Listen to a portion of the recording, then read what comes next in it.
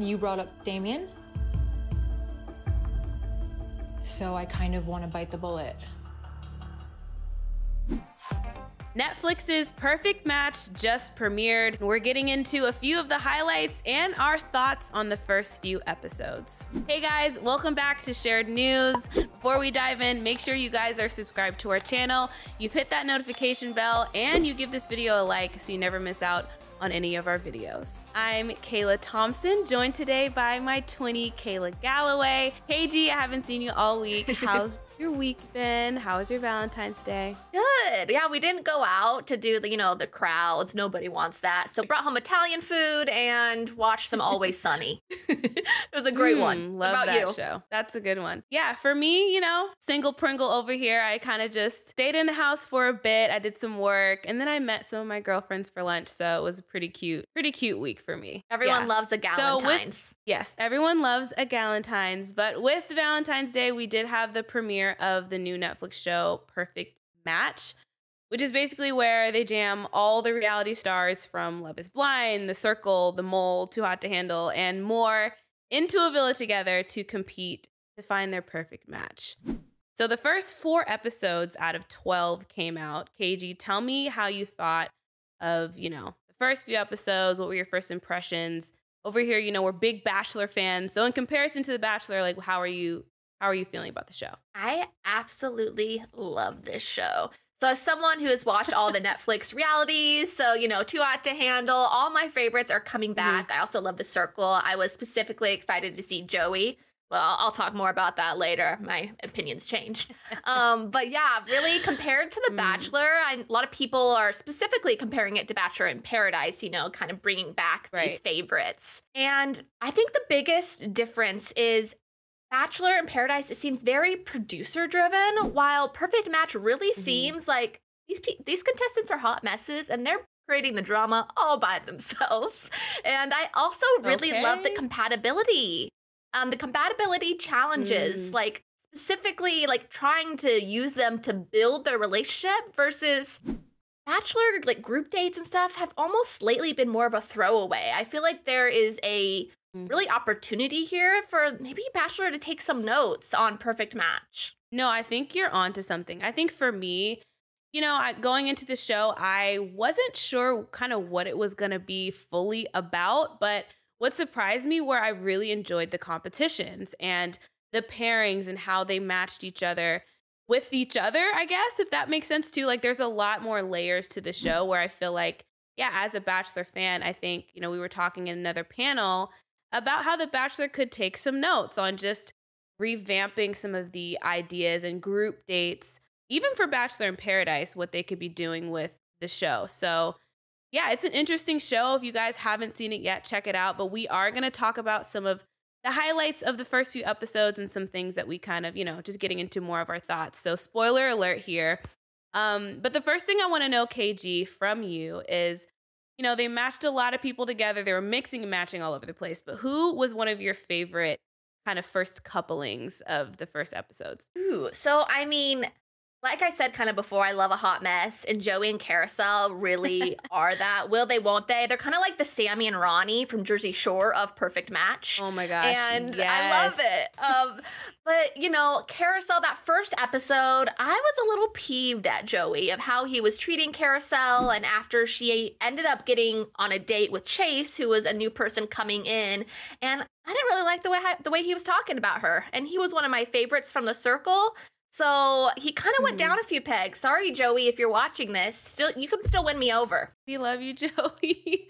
Yeah, no. So starting with, my favorite couple, honestly, and they kind of surprised me as well, was I really was feeling Francesca and Dom together. Like, I did feel like they had, at first I was like, I don't know, like Francesca is kind of doing a lot for me. Like, she's cool, but I don't know. But her and Dom were actually, they had a pretty good connection. I was kind of feeling it. It was really cute. And I felt like they were doing good on the challenges together.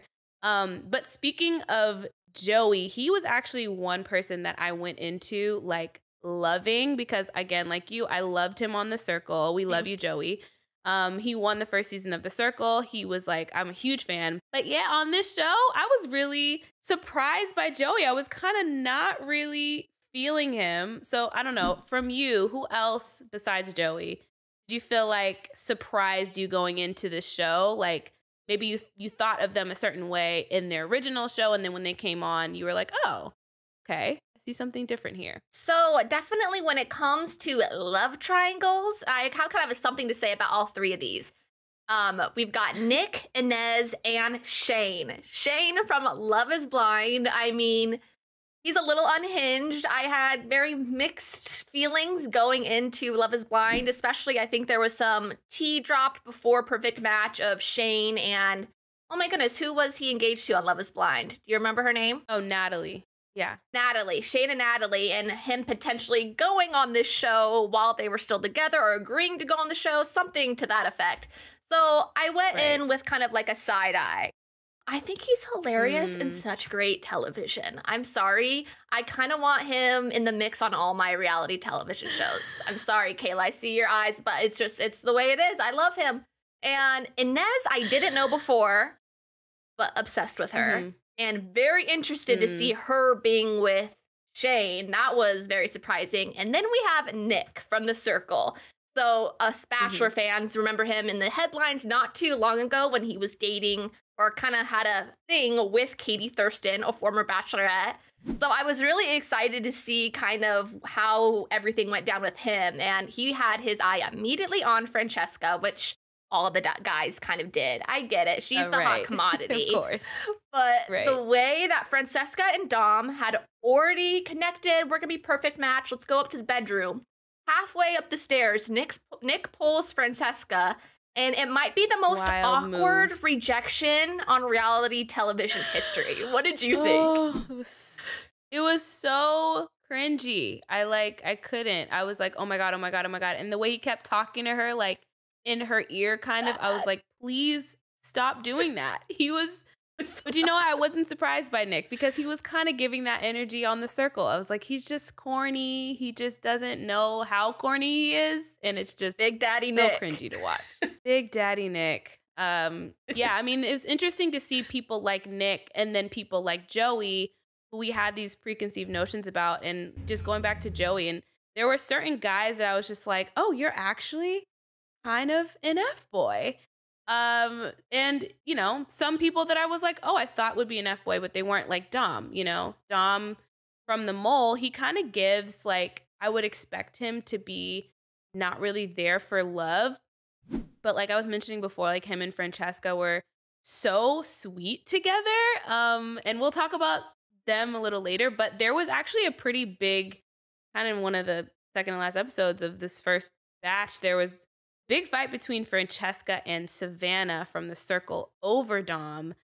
You know, how are you feeling about that fight? Because I was kind of like, I don't really know like who to side with because yeah, just tell me your thoughts before I give mine. Yeah, I felt the same. I kind of go back and forth with both Savannah and Francesca, but first I want to say who won the fight entirely is neither, and it was Carousel's facial expressions. In the background, please rewatch that fight and just watch Carousel. You will not regret it. Oh my gosh. It's incredible, meme worthy. But yeah, pretty much Francesca's problem was Savannah was talking to her man, and Savannah didn't feel like Francesca actually likes Dom, which is interesting. You know, I guess we'll find out more kind of later on if that's true or not. We got a little taste of it at the end. But Francesca, I get it. Like, yeah, she kept saying that she was in a relationship with Dom, even though they aren't technically boyfriend and girlfriend. And they really went back and forth with that kind of wording and if it was appropriate for Savannah to talk to Dom. And I get Francesca. I think I want to be on her side. Savannah gave a little mean girl energy this season a bit for me. Mm-hmm. And it seems like Francesca has more friends. And I do like more of a girl's girl. And I don't know. I think I'm Team Francesca. What do you think? Yeah, I've got to disagree with you. I think I was Team Savannah. Now, surprisingly, before I go into why, on her season of The Circle, I actually wasn't a huge fan of Savannah. She kind of was giving that same, like, energy where she does zero in on one person that she doesn't like, and she just kind of is like, this is what I'm going to do. I'm going to break this couple up, or I'm going to try to get this person out of the game. But in this aspect with the fight with Francesca over Dom, I did feel like she has a good point. Like, it's only been a couple days since Francesca and Dom have really known each other. And the whole premise of the show is to find your perfect match and to talk amongst each other and date around, kind of like Are You the One, and really figure out who you really connect with most, especially because there's competitions involved and there's gameplay. So I was kind of leaning towards Savannah's side of like, hey, it's fair game for me to have a conversation with Dom. You're not in a committed relationship with him. Yeah, you're matched with him, but he's not your boyfriend. And if I want to talk to him, I can do that. So I don't know. Those are my thoughts. I could see how Francesca overreacted. I could see, but I still just I think she love got her. a little I always threatened. love a good villain. Yeah. Yeah, no. She got a little threatened, but I kind of loved it. I'm not going to lie. And, you know, she might have, to me, I feel like in that fight, she lost the battle. But in other ways, she won. There was a lot of competitions going on, specifically one competition that her and Dom killed at together, which was the auction competition with her and Dom. They completely demolished it. And I actually really loved that competition. I thought it was super creative. I thought it was really fun. A good way to win a date together and win power. So what was your favorite competition of the show so far? Because there was a lot. Yeah, I have to say Dom doing those push-ups with Francesca on his back was a little hot. Like, I'm on the Dom train with you 100%. My favorite has to be the kissing. I just thought it was like so just off, like on like just off the wall, but at the same time, I just lived for it. But it also it was the first time we saw in a challenge where there was more strategy involved, which I didn't necessarily appreciate because these are called compatibility challenges, right? And so it's supposed to be like really how you feel, what was your best kiss, who was your worst, and seeing if your current perfect match is your life perfect match, right?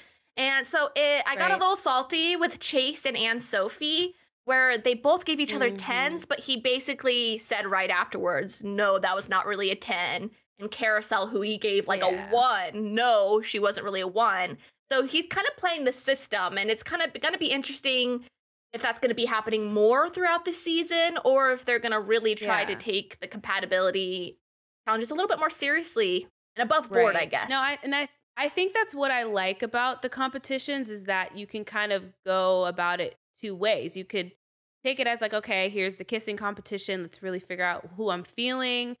Or you could throw a challenge and kind of try to win so that you can have power to be able to maybe switch your match and go with someone else like Chase ended up doing. So it's really interesting. But I agree with you in terms of the compatibility, like leading with, let's figure out who I'm really compatible with. Like the first competition, I felt like, you know, the factor cap was cool because they got to see like, oh, you're different than what I thought, or maybe we wouldn't really match, or, you know, and then the other partners getting to see like the cracks in the other couples. It's cool. I thought it was good. That was interesting. All of the challenges were bomb. I'm sorry, they have not missed yet. I don't think they've missed yet, for sure. All right, so the last episode, they left us on a bit of a cliffhanger with after Francesca and Dom won the competition, they got to go into like match room with Nick Lachey, and Francesca decided to leave her match Dom and go on a date with Damien from Love is Blind. So let me know, first of all, what are your thoughts on all that? They have a little bit of history, but also give me your prediction on what do you think is going to happen in the next batch of episodes. When I saw Damien on the board in the boardroom, I knew there was going to be some messiness happening because we saw on Love is Blind after the altar season 1, Francesca and Damien seemed to have, I guess, more of a friendship, and she even kind of reiterated that in the boardroom with Dom. So I thought we were done once she's like, oh yeah, we're just friends, we haven't kissed. But then when she's like, oh, well, since we talked about Damien and the fact like, does she actually want to make it happen with Damien? I don't know. Is that what you took from it? Yeah, no, good question. First, it definitely threw me for a loop. I was like, wait, okay, so you are interested in Damien in that way. But I think Francesca, I believed her when she was like, well, I am curious just to see. But I'm surprised that she was willing to jeopardize her connection and relationship with Dom, seemingly that she was fighting so hard for with Savannah earlier. So I don't know. I think for sure, though, with that twist, they're definitely setting her up to be potentially a villain with Dom in tears when he came back to the group. So yeah, what are your thoughts? Do you think we're going to see her kind of go on this villain era? Definitely. I think it's like everyone's calling her a villain anyway. She's like, let's just lean in, right? I feel like that's her thought process a Right. little bit. And also bringing in some of the drama from Love is Blind, which is like probably if you're watching Perfect Match, you're also a Love is Blind fan, right? So it's almost like an Mhm. extension of that. So I love that. When Tom went back and by himself and started crying, that poor dude, like you could really tell he was in it for the right reasons. And Francesca, Savannah thought maybe she wasn't, and maybe that's, coming to fruition there. So I'm curious if Dom's gonna be like, dang, I should have listened to Savannah. I know. I felt for Dom so bad. I think I was like, Francesca, you hurt my guy. So I guess we're going to have to see what happens when the next batch of episodes are released next week. That's pretty much all we've got for the first few episodes, our thoughts and kind of opinions and highlights for the first few episodes of Perfect Match. But of course, before we go, we want to know what your thoughts were. So please let us know in the comment section below what you're thinking of the show so far. Do you like it? Do you hate it?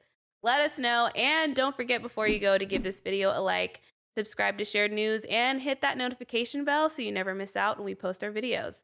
Once again, I'm your host, Kayla Thompson, joined by Kayla Galloway. You can come follow us on Instagram or TikTok. Our social media handles are on the screen. Thank you guys again for watching, and we'll see you guys very soon.